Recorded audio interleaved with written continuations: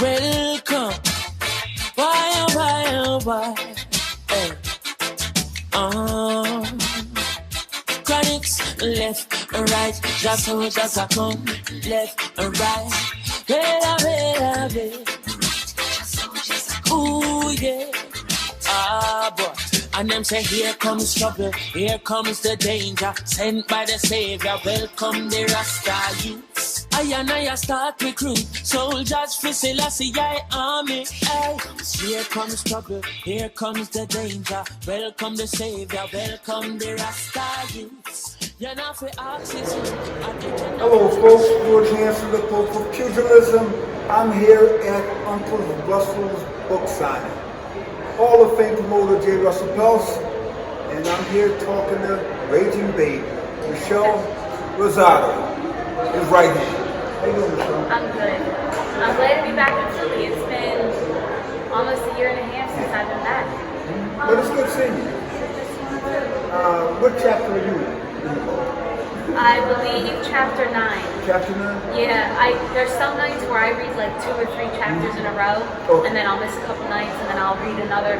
So when I start reading it, it's hard to put down. So I kind of go through them kind of quick. It's good. It's good. I made sure I got 5 copies. Yeah. It is. A lot. I thought he pretty much has told me everything, and there's so much I'm learning in this book that he never told me about. And I'm like, that happened? He went through, I had no idea, a lot of things. And which fighter, or which chapter about which fighter? He writes so passionately about Benny Briscoe. Like, you feel it through the page. Like, his love for that man. I mean, you get the chills reading it.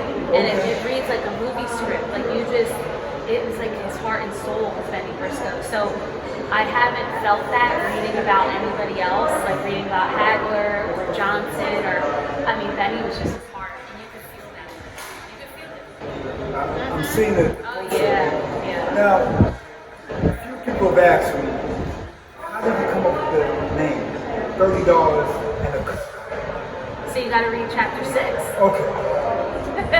But, long story short, there was a fighter that took a fight last minute, and his purse was $50, and he cut his eye in the fight. So by the time the deductions came out for medicals and licensing, and then the stitches, he ended up with $30. So at the end of the night, he was a little pissed off, and he walked out and said, $30 and a cut eye. Oh, okay.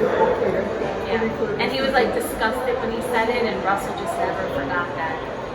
And he always said, if I write a book, that's the title of my book. Yeah. Now, we all in the boxing community know that you worked with Russell Peltz the past several years towards the end of his career. Talk to me about some of the highlights working with the Hall of Fame. Well, he showed me a lot of tough love, and he never handed me anything. So that's number one. A lot of people thought maybe he funded me. If you know Russell, he's not funding anyone, anything, okay? So it was all off my own dime, but he did take me under his wing, and he coached me, and he mentored me, and he pretty much treated me like a daughter too. Very tough love. He started getting very frustrated with the business as I was coming in. So I was kind of able to take a lot of those stresses off of him with promoting and dealing with the fighters, and he just kind of focused on the matchmaking at that point. And it was a good run. And the ironic thing is that our very last show together was his 50th anniversary show. Because when we were doing the Philly special in March of 2020, the pandemic shut us down 2 weeks before our show, and we haven't done a show since. So it's kind of maybe bittersweet in a way that our last show together was his 50th anniversary show. So what a better way to go out. That's true. Yeah. You guys put on a lot of great shows. Talk to me about the most epic battle you guys have promoted. I know there are many. I mean, I've been at 2300 arena. There were so many. Anything with like a Philly fight is pretty much the ones I remember. Like when Avery Sparrow fought Bergen. Oh, yes. That was a big fight here. I was here. I mean, the place was packed. People going crazy. I mean, it just riles up the city. And then you got the neighborhood rivalry. He's from North, he's from West, and it just brings a whole different energy and a different crowd to the table. And that's where I was kind of gearing towards the end. And I had Right. And the fight never got to happen, unfortunately. But that one stands out. Isaiah Wise was in a lot of good fights for us. You know, he was always in some brutal fights for us. No, there were so many.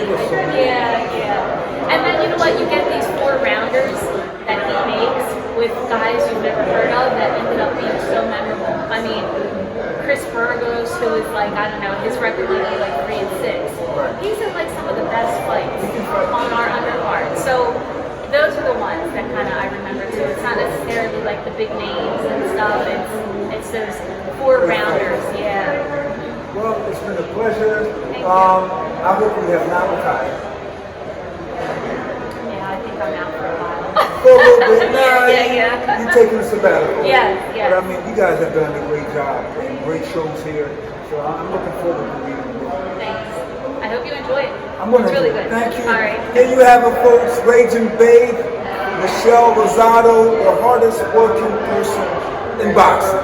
She's taking a little sabbatical, but we'll see her in 2022. Trust me. Before I start, I would like to say happy birthday to my little cousin in Canada, Lady Jazzy. Jazzy Hesley, who will be 9 years old. Jazzy, you're the greatest. But I'm here at Uncle Russell, promoter J. Russell Peltz book signing at 2300 Arena. The Haitian sensation himself, Osmel Prince Charles. What's up, Osmel? Man, you know I was your biggest fan during your career. Oh, thank you, sir. That's because one of the reasons you're from my favorite country, Haiti. Yes. Thank you. And because you were a devastating puncher and a great fighter. Thank You fought everybody. Thank you. Now talk to me about your biggest fight. Fighting, man. I mean, you have massive. My biggest fight, well, sort of not biggest fight, we could become brothers and family as me versus Anthony Flores. Okay, yeah. It's not Anthony Flores, but what's his name? Anthony Flores was one of the biggest, only knockout, biggest knockout in Philadelphia. It was. You see the whole fight, everything, how the fight was going on and everything. Come down to the first minute when I was in the wave room. I looked just like that. I said, when I passed the first round. And man, it was Flores was such a talented guy. Yes, it was. Nobody expected you to beat him except you, Arnold, and your whole team. I told everybody. The whole thing started crazy from Facebook. I fought people I never done it. Right. I fought nobody, but yet everybody put there and then Russell put me in there with. Right. I beat him. Yeah. So they called me for that fight. I got 3 weeks to do for that fight. 3 weeks notice. It was a problem for me because I stayed at gym. I eat, sleep, stayed at gym. And when it comes to Philadelphia, in the way it was just me and Arnold, a bunch of Anthony Flores fans surrounding us. I said, bro, you're not passing the first round. I was there. I mean, it was devastating. Yeah. Woo! That was a classic, I'm sure. Let me hold this up. This is Uncle Russell's book. People go out and get it. $30 and a cutout. I'm sure this man is in there. Yeah. And he's definitely in there. Yeah. Now talk to me, man. You were one of those small fighters. You had boxing, but you also had a career. Yeah. Talk to me about what else you do. Going down to my boxing career, and I'm still an active fighter. Right. I'm in the gym training myself also. I'm also a coach. Pretty soon. That's what I want to do. Yeah. I'm also a coach. Pretty soon, I said about 2 more months, I should be opening my own stuff. Exactly. My own shop. It's gonna call Never Dies. That's it. And Dad got married. My kids are grown. My daughter graduated high school, college. So I can thank also Uncle Russell, best promoter in the world. I get the opportunity to send my daughter to college. The money that I made, saved that up, invested, and stayed for my kids' college. You're already a smart guy, man. We talked. You had another option with boxing was over. Definitely. I mean, boxing is here. Boxing is not made for the normal human being. Like, you're not normal. If you're a fighter, you're not normal. That word normal should never come out of your mouth. I'm not normal. So the pain, the stuff that we go through, we put our body to it, not normal human being can do. And I just want to give a shout out to all the hard working people in Haiti. Yeah. Devastated by the earthquake. Okay, well, another one again. So I thank God that my family came out safely. So, you know what I mean? But I also helping out people that's in the country. You know, it's a country that's going through this stuff 24/7 like everybody else. But it's a very rich country and resources, and the Haitian people don't benefit. And a lot of people forget where that we live our freedom self. Black nations know where the food is. Listen, I read about the Haitian Revolution. Oh yeah. I have 2 flags in my house: a Jamaican flag and a Haitian. Yeah. I tell people if I were born in Jamaica, I pray God in His ultimate wisdom made me Haitian and Oregonian. Yeah. Oh yeah. That's it. Yeah. That's it, man. But shout out to the Haitian people. We as a Haitian nation, they go through a lot. Very resilient. Yeah, we go through a lot of things, and we always come on top, no matter what. Haiti has been penalized by Europe A lot. for beating the French. That's it. That's it. That's it. All the economic policies and everything else have been geared to keeping the Haitian people down.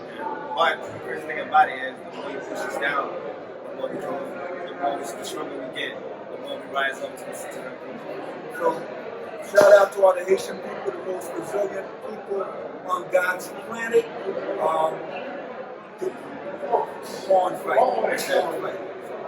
Well, my brother, it's a pleasure, man. I thank you again. It's nice seeing you again. Listen, please go get this book. Uncle Russell's book, I mean, $30 in a cut at Uncle Rusty. One of the greatest promoters God ever created. No. The greatest promoter. The greatest promoter is one of his fighters, telling you, it. the greatest promoter God ever created. That's it. Thanks, my brother. Thanks, I'm here at Uncle Russell, J. Russell Peltz, Hall of Fame promoter. We're here at his book signing at 2300 Arenas. The man, the myth, the legend himself, PhillyBoxingHistory.com. John DeSanto. How you doing, John? Good. Good seeing you, George. Talk to me about Russell Peltz and what he means to Philly boxing and boxing in general.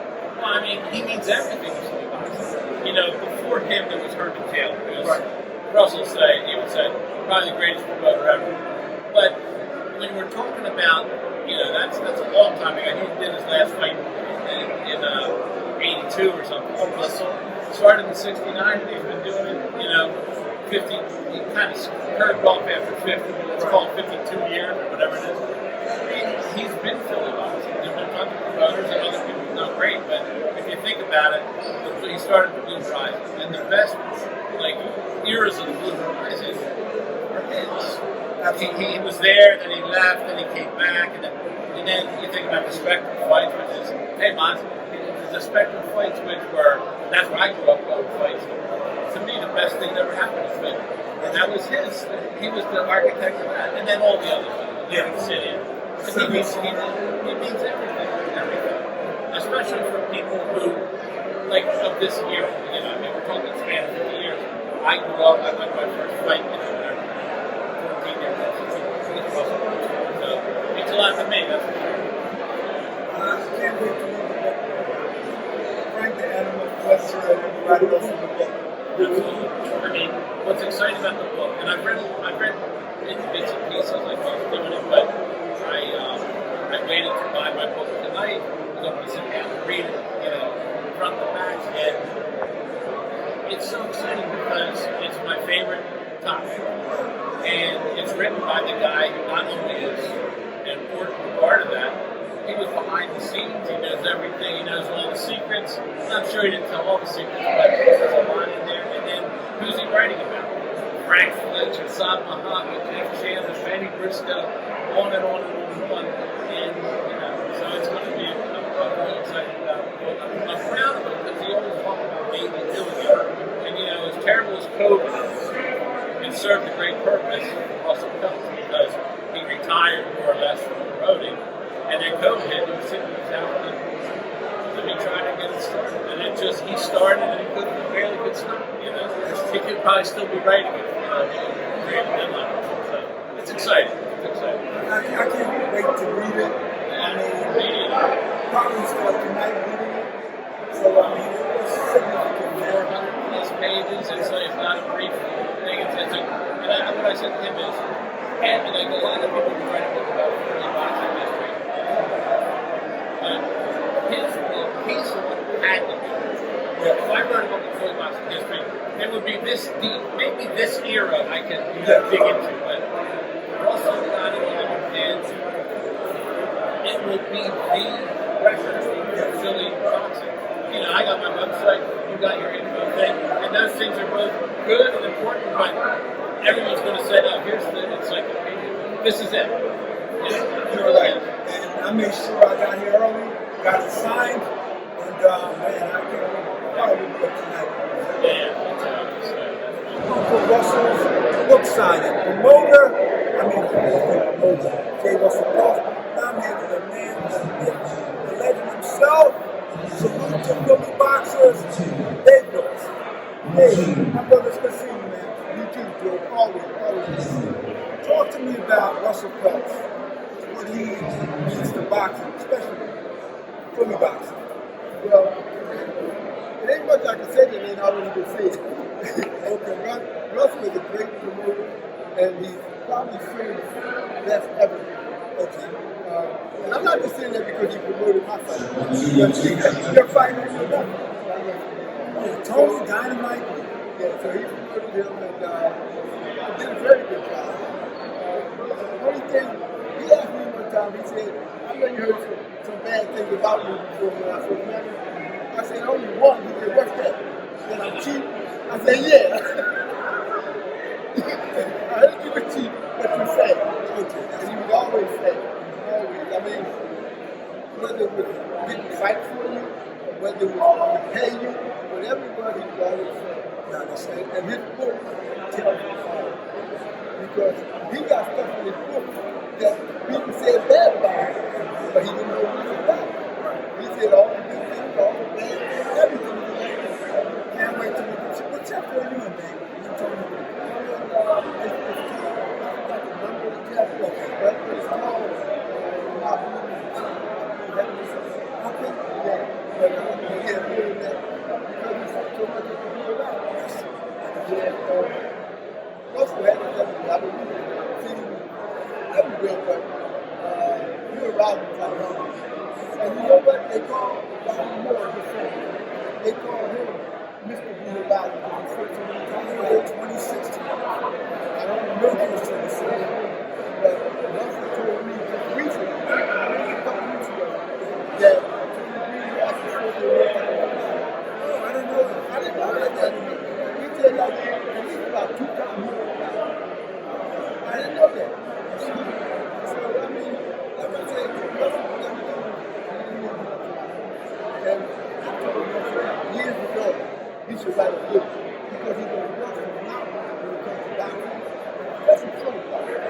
He knows all the fighters, he knows everything everybody ever did. Everything everybody ever did. And it's in his book. So we have you to thank for lighting the fire to get on the Russell right. Oh yeah, because see, I knew that he was a writer before he was a movie. And I knew that he kept writing because he actually corrected a lot of things that I wrote. So before you came along, he was the man writing. Well, that's good, man. So, it's just an honor to be out here tonight to see your show and to see all these boxers and managers and trainers. I gave Russell a championship belt for his 50 years of boxing. Yeah, I gave him a championship belt that said 50 years, whatever it said, I forget that. But that's because he did it. 50 years? 50 years. Yeah. Well, there you have it, folks. Dave Brooks, the founder, architect, salute to Philly boxers, the oldest awards, boxing awards, banquet in Philadelphia. It's the only award banquet. There's other award shows, but this one is banquet. Banquet. Thank you. my brother. Thank you. Thank you. That's what I'm into. Stephen Birdman Edwards, trainer and boxing writer. Trainer of J-Rock. Everybody knows J-Rock. That's my brother. Hey, how you doing? What does it mean to come out tonight to support Open Wrestling in the book side? It's got to be honest. So,